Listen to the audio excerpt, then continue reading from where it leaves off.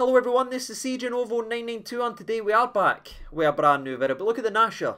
People, there's no smiles, there's no joy, there's no positivity beaming for me today, which means one thing and one thing only. We must be back playing in the SPFL because there's something just so familiar about what I just witnessed that has me sitting here talking to you, feeling like I didn't even need to be here. The day I could take the free draw with Ross County, where we threw away some of the worst goals we'll ever concede, we weren't clinical enough. We could take that game where we threw points and pissed it down the river.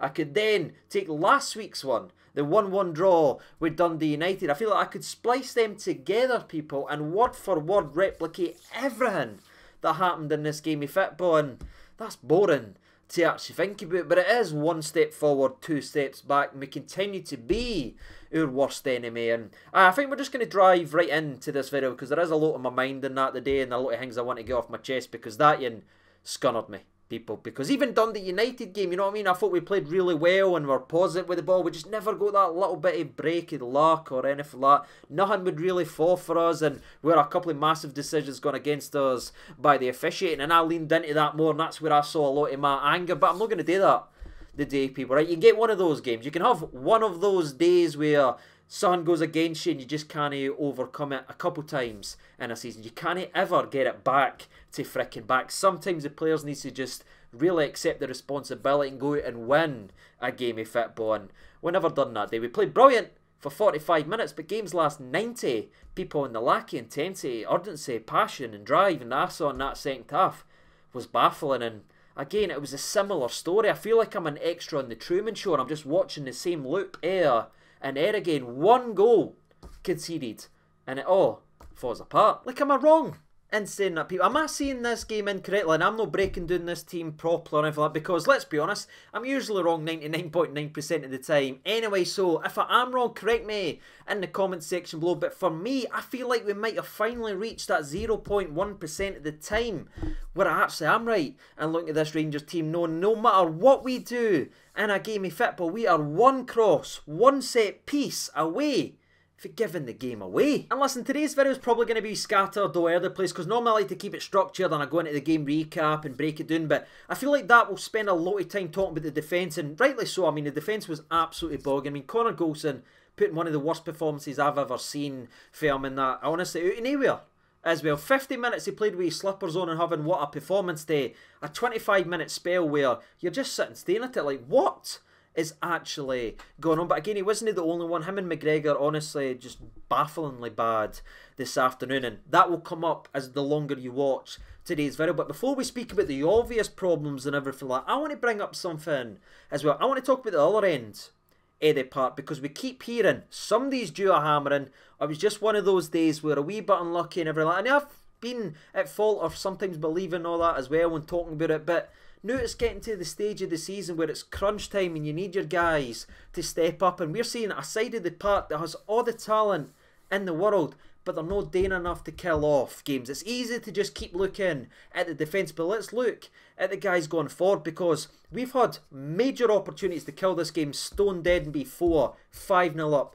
throughout numerous games this season. But just look at the last two draws, the two most infuriating draws in my opinion, the Dundee United one and this one right here. We've had 60 shots in those two games. 60, people. 6-0. We have scored 3 times out of that. That means we require 20 shots per goal, and that's nowhere near good enough, no matter what level you actually play it. So there's a million and one frustrations and issues and problems right now, and it just keeps making for an incredible roller coaster where you have one high, then you're ripped back down to 0. But let's take all that and transition in, because not only did I want to mention the attack for how many chances and that I missed, but that's where we're starting the game recap, because again, within the first 30 minutes of this game, we could and should have been about 6 nothing up, people. Like, I didn't know what else to actually say. I mean, within the first 90 seconds of this game, Tavernier's whipped the ball into Morelos, who does very well in my opinion to actually kill the body, lift up He's then in on the goalkeeper. He tries to lift it at him. It hits the bar. Now, I'm not saying it's an easy chance, because I know what we say here on the channel with 1v1s with Morelos or anything like that, he's very frustrating at them. But this one, I think he does well to improvise and get the shot off. But again, it is lifted onto the bar, and that was a major opportunity within 90 seconds. We then have Tavernier whipping in a shot that is fantastically saved by Liam Kelly. And full credit to that laddie. I mean, I've sat here for years, SPFL show all the years ago, talking about how good this is. I talked about him when he was a part of your club all those years ago when I didn't have Grays and everything like that, about what I thought of the lad, and he's exactly what I thought. He's well taught for Rangers, his coaches. He's learned well from McGregor, not only in terms of his shot saving ability and everything like that, but the heat tactics as well, where he knows to time waste, he knows how to frustrate the opposition. He's very well taught for Rangers. I think we can give him the best compliment and say that he has learned for Alan McGregor. And his influence on the game can't be understated as well, despite us missing options, because where I was frustrated about the Morelos miss and everything like that, the save on the 7th minute is just incredible. If Alan McGregor's doing it, we're talking about McGregor moments, we're talking about world-class save. This, for me, is a world-class save. It's a short corner, comes in, Lundstrom hits it with the left foot, it's in.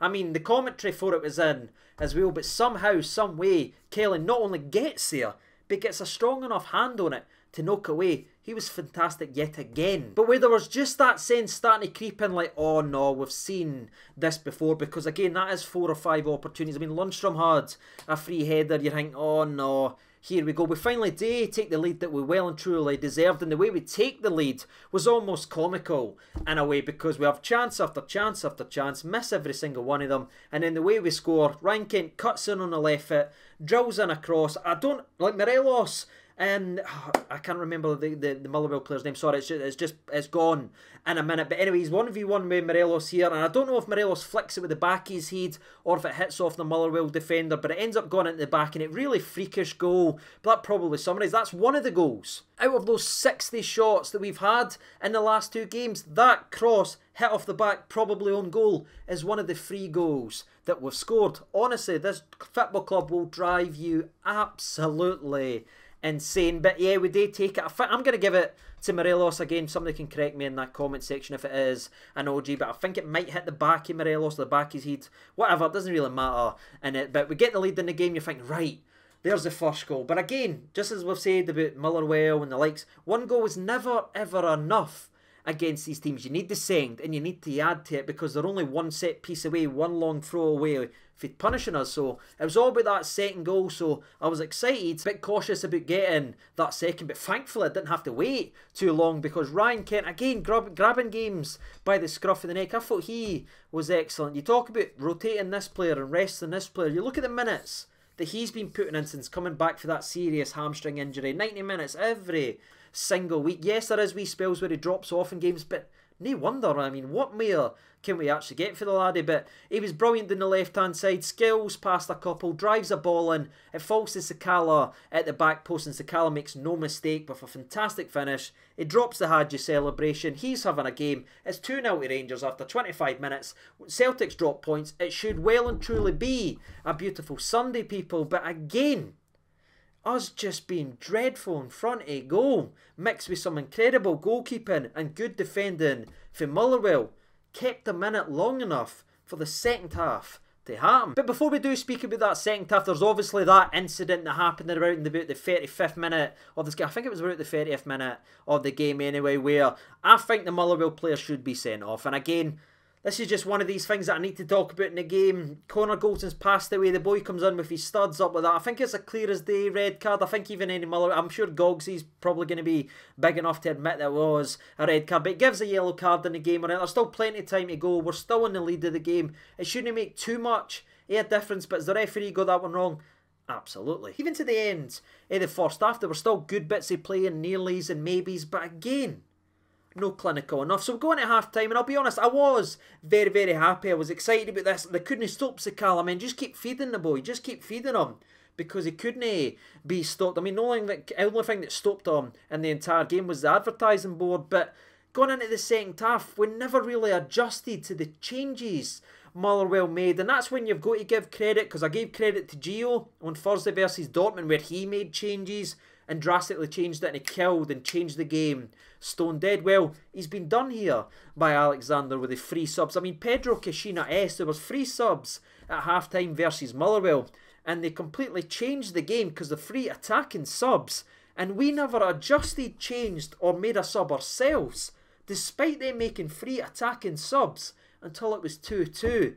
That, I mean, is baffling. For a masterclass on Thursday to an absolute head scratcher on a Sunday. We are getting a wee bit ahead of ourselves, but you can see where I've got loads of frustrations because it's not just one. I'd love to be able to just point to one thing, but again, there is so much blame to go around for the frustrations that we're currently feeling, from the defence to the attack to obviously the manager's non-changing and no subs to change the game or freshen up when it was badly needed. I'm going to mention freshen up because that leads me to what I was thinking around about the 50th minute of this game. And again, I'm going to say something that's going to annoy people because every time I do it, I get crap for it. And I understand why, because we all love them. I love them here on the channel as well. But you've got to be able to be critical of players despite what you feel about them. And I think I'm always like that despite some criticism here or there. But Scotty Arfield, Mr. Salute, if I'm honest, I know he works hard and I know he tracks and I know he runs everywhere, but we've got past the point where hard work isn't the end all be all for our football club. We also need end product, and we need Sahan there. Oh,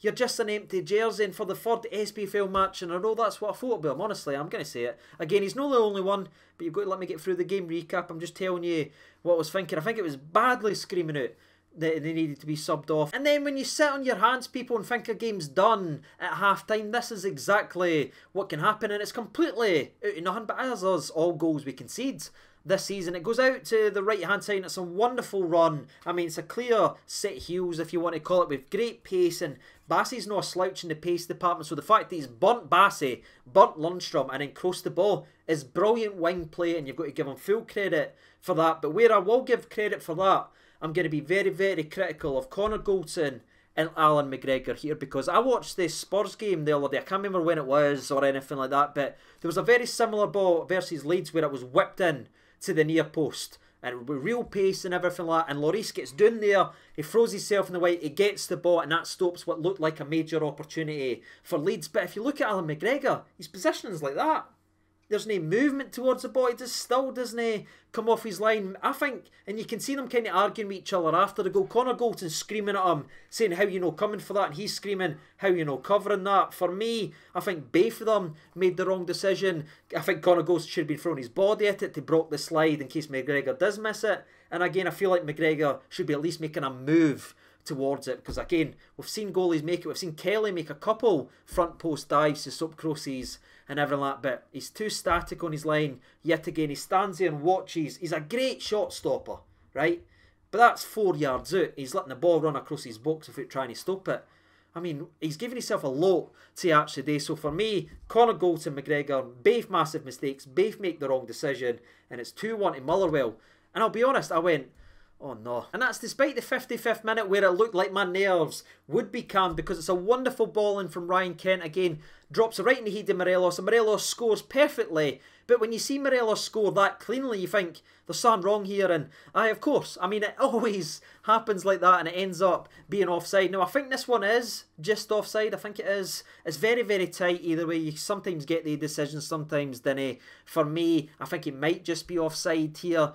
But that was an example of what we can do when we do get forward and we do attack them and we do take the foot off the gas. But after nearly making it 3-1, it went back to that familiar, slow, unresponsive play. Again, trying to suck them out and get them to come out. But again, I don't understand why we're not adjusting. Are we honestly thinking that Motherwell Football Club at 2-1 at Ibrox, even though they're only a goal behind, is going to start just piling people forward and get sucked out of their position and leave massive gaps for us? Do we really think that they're going to do that? Like, they're not going to be disciplined and sit in and copycat with the likes of Dundee United, and that's going to do? We really need to adjust to that. We need to play quicker. We need to get after them like we were doing in the first half. But as soon as we start going sideways and getting the heat up and looking for somebody for them to come out. And you go, oh, here we go. And that persisted for the next 15 minutes of the game where only the nerves were starting to build. But once again, stop me if you've heard me say this before, Ryan Kent gets on the football and makes something happen where he fakes the drive at the defence, he gets in a gap, and then he does a gorgeous reverse pass to Alfredo Morelos, whose first touch is brilliant. His finish is spectacular. He's away celebrating. And for me, that's why I think this one was onside. And again, I might be wrong based on the replay, but for what I saw, and I saw for the player's reaction, not once does he look at the linesman. I think he is onside there. Again, you can correct me if I'm wrong. I'll hold my hands up and admit I'm wrong. But it was a gorgeous bit of play for Rangers. Out of nothing, where once again, Ryan Kent gets in the middle of the park, pushes folk out the way, and tries to make something happen going forward. But again, it is judged to be offside, and you're thinking, right, that's 2 offsides now. We know what's happening next. And even though I've just used the phrase there, we all knew what was coming next, that doesn't mean this gets any easier to break down, because I put this right up there with the Ross County goals we've conceded. This is genuinely embarrassing. It just is. There's numerous opportunities to clear it, get rid of it, or anything like that. I think maybe Balogun should have came on when they put that many people. Again, that's hindsight and all that. But we made the changes for Dortmund. Why do we not have enough respect for our league to do that as well here? But again, we didn't do it. We didn't make it. They've got people in the box. They're firing people. Balls all over the shop. But how do you even break this down, man? There's like 4 balls in the air. We didn't clear it. It keeps going back. We can't get out. Motherwell's pinning us back at Ibrox. Honestly, we deserve everything we got. For here with horrendous bits of composure on the ball. We just keep giving them it back. And anyway, the ball ends up bouncing. It drops to the Motherwell lads.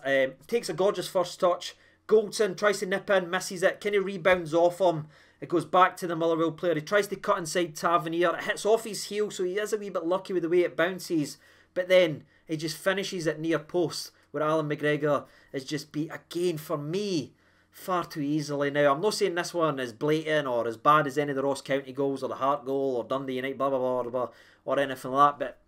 But again, I'm not used to McGregor making these saves because he has been so good and such a good shot stopper. So now that we've got to the point where nearly every single shot we have on target's gone in, it doesn't feel right to me, because we talked about 60 shots, scoring 3 of them. We've conceded 10 shots in the last 2 games, with 8 of them being on target, and we've conceded the 3 goals. That's a massive, massive problem as well, because we're no longer getting the shot stopping and unbelievable saves, along with the not coming out for crosses or claiming this or that. And it's just a perfect storm of bad form right now for someone that I absolutely adore to the highest hilt. And I would love nothing more than for this video to be used as a meme or anything for that if he comes back and plays phenomenally. And I want that to happen. I want McGregor to have an incredible end of the season and have his swan song and go at the end of the year, which my dad actually said at the end of last season, by the way, because I was arguing, I'm like, oh, he's had his best season, he plays on. My dad was like, no, he goes now. He has to go now, because it will hit him like that. Father Time is undefeated and it will hit him. But going back and forth and arguing, but once again it shows, didn't argue with your parents, people. They always know best. And the old Jin was right. I think it has caught up with him now. There's moments there where I'm looking and I'm just like, it's just not the same. So as frustrating it is now, 2-2 out of nothing. But again, that's the story of our season. We're not clearing it, we're not being composed, and we've got a goalkeeper who won't come and claim these set pieces or balls into the box to stop and calm everything down. So it's 2-2 now, people. I've seen this story now. There was a chance for Kamal Roof where he volleys it into the ground, but it ends up being blocked and saved. There's a Ryan Kent volley that I think hits 2 hands on the way in, drops the corner. Goldson, who doesn't get his shot away from the goalkeeper, hits it straight at him. I think even though it could be a couple of your handballs there, just put the ball into the back of net instead. Just play to the whistle. Do we no learn from Dundee United? We were all quick to point out Amad Diallo no playing to the whistle and everything on that one occasion. We're going to do the same for Connor Goldson and Scotty Arfield. I hope so, because they're no reacting. They're just kind of standing there and then they put the fit out. I'm saying if they're switched on and they're playing to the whistle, we're slapping that ball in no matter where or where it's hit the Motherwell player. So that was another major opportunity. There's another big save for Liam Kelly, and aye, people, a couple other wasted corners and crap corners, and that was a full-time whistle with mere possession. Centre-backs, pass. Aye, Motherwell's going to come out in the 96th minute. I just keep passing it, they'll come out. But again, for me, we are our own worst enemy in every aspect. Off the park, on the park, everywhere on it. So aye, that's all I've really got to say about the game of football. What about you? Let me know your thoughts and opinions on Rangers 2, Motherwell 2. With that being said, that's reached the end of today's video. I will see you on Tuesday for the preview. Until next time, take care of yourselves, all the best, and bye.